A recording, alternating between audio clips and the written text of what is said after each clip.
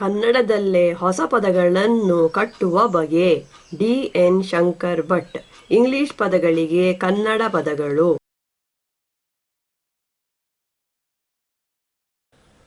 ಎಸಗದ ಅಲ್ಲಗಳೆತವನ್ನು ಹೆಸರಿಸುವುದು.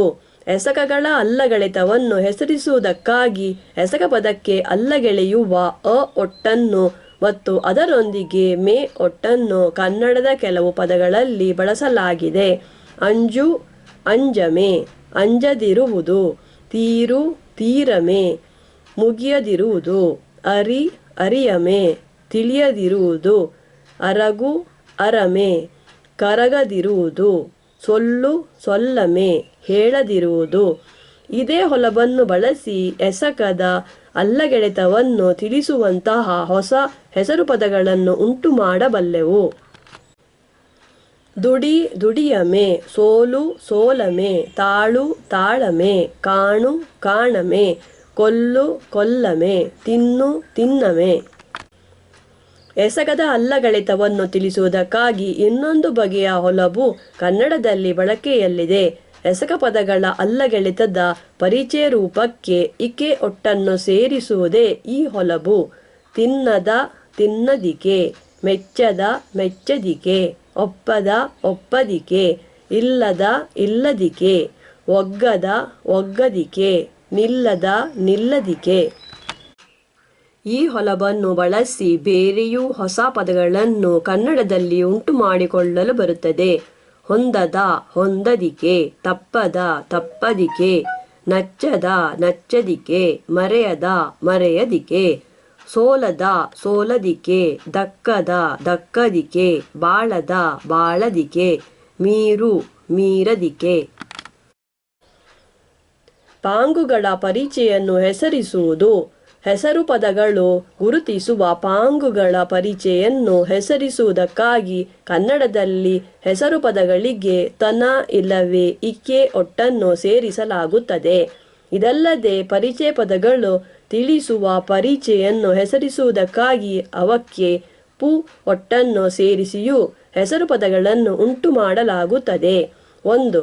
ತನ ಒಟ್ಟಿನ ಬಳಕೆ. ಈ ಒಟ್ಟನ್ನು ಎಲ್ಲ ಬಗೆಯ ಹೆಸರು ಪದಗಳಿಗೂ ಸೇರಿಸಿ ಅವು ಹೆಸರಿಸುವ ಪಾಂಗುಗಳ ಪರಿಚಯನ್ನು ಹೆಸರಿಸಬಲ್ಲ ಹೆಸರು ಪದಗಳನ್ನು ಪಡೆಯಲಾಗುತ್ತದೆ.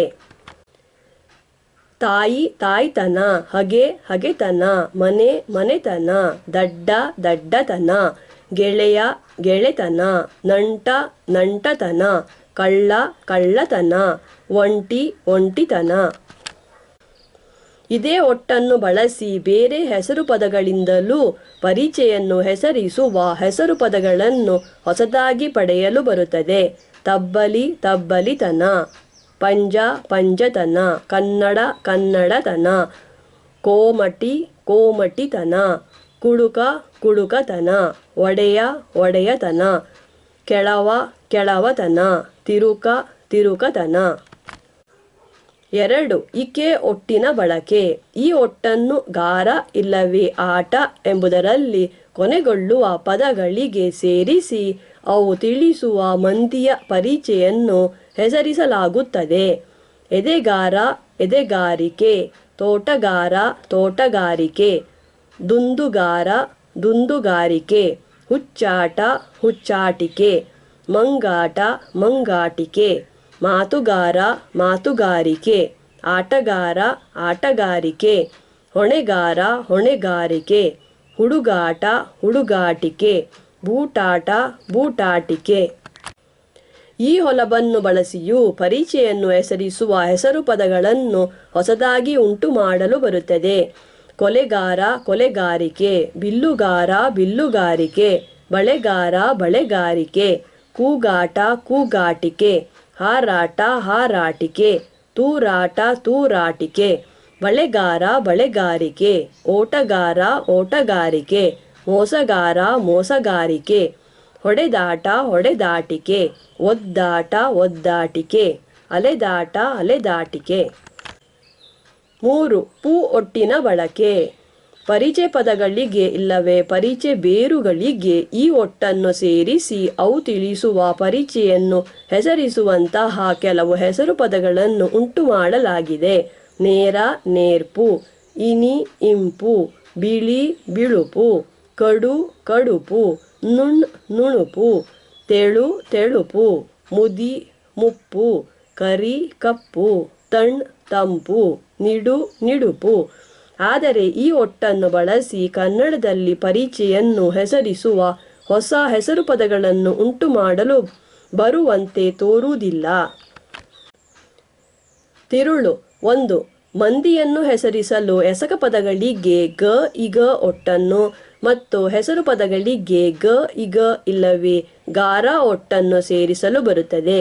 2. ಹೆಸರು ಪದ ಗುರುತಿಸುವ ಪಾಂಗಿಗೂ ಅದಕ್ಕೆ ಒಟ್ಟು ಸೇರಿಸಿ ಪಡೆದ ಕಟ್ಟುಪದ ಗುರುತಿಸುವ ಮಂದಿಗೂ ನಡುವಿರುವ ಸಂಬಂಧವನ್ನು ಹೆಚ್ಚು ಖಚಿತವಾಗಿ ತಿಳಿಸಲು ಹೆಸರು ಪದದೊಂದಿಗೆ ಎಸಕ ಪದವನ್ನು ಬಳಸಲು ಬರುತ್ತದೆ. 3. ಎಸಕವನ್ನು ತನ್ನ ಅಳುವಿನಿಂದಲೇ ನಡೆಸಬಲ್ಲ ಮುಟ್ಟುಗಳನ್ನು ಹೆಸರಿಸಲು ಕ ಒಟ್ಟನ್ನು ಬಳಸಲು ಬರುತ್ತದೆ. 4. ಹೆಸರು ಪದ ತಿಳಿಸುವ ಮಂದಿ ಹೆಂಗಸೆಂದು ಖಚಿತವಾಗಿ ತಿಳಿಸಬೇಕಿರುವಲ್ಲಿ ಗ ಇಗ ಒಟ್ಟಿನ ಬಳಿಕ ಇತ್ತಿ ಒಟ್ಟನ್ನು ಮತ್ತು ಗಾರ ಒಟ್ಟಿನ ಬಳಿಕ ತಿ ಒಟ್ಟನ್ನು ಬಳಸಲು ಬರುತ್ತದೆ. 5. ಎಸಕಗಳನ್ನು ಹೆಸರಿಸಲು ಇಕೆ ಕೆ ಇಲ್ಲವೇ ತ ಒಟ್ಟನ್ನು, ಎಸಕಗಳ ದೊರೆತವನ್ನು ಇಲ್ಲವೇ ಮುಟ್ಟನ್ನು ಹೆಸರಿಸಲು ಇಗೆ ಗೆ ಇಲ್ಲವೇ ತೇ ಒಟ್ಟನ್ನು, ಎಸಕದ ಅಲ್ಲಗೆಳೆತವನ್ನು ತಿಳಿಸಲು ಅಲ್ಲಗೆಳೆಯುವ ಅ ಒಟ್ಟಿನೊಂದಿಗೆ ಮೇ ಒಟ್ಟನ್ನು ಇಲ್ಲವೇ ಅಲ್ಲಗೆಳೆಯುವ ಅದ್ ಒಟ್ಟಿನೊಂದಿಗೆ ಇಕೆ ಒಟ್ಟನ್ನು ಎಸಕ ಪದಕ್ಕೆ ಸೇರಿಸಲು ಬರುತ್ತದೆ. 6. ಪಾಂಗುಗಳ ಪರಿಚೆಯನ್ನು ಹೆಸರಿಸಲು ಹೆಸರು ಪದಗಳಿಗೆ ತನ ಒಟ್ಟನ್ನು ಮತ್ತು ಗಾರ ಇಲ್ಲವೇ ಆಟ ಎಂಬವುಗಳಲ್ಲಿ ಕೊನೆಗೊಳ್ಳುವ ಪದಗಳಿಗೆ ಇಕೆ ಒಟ್ಟನ್ನು ಸೇರಿಸಲು ಬರುತ್ತದೆ.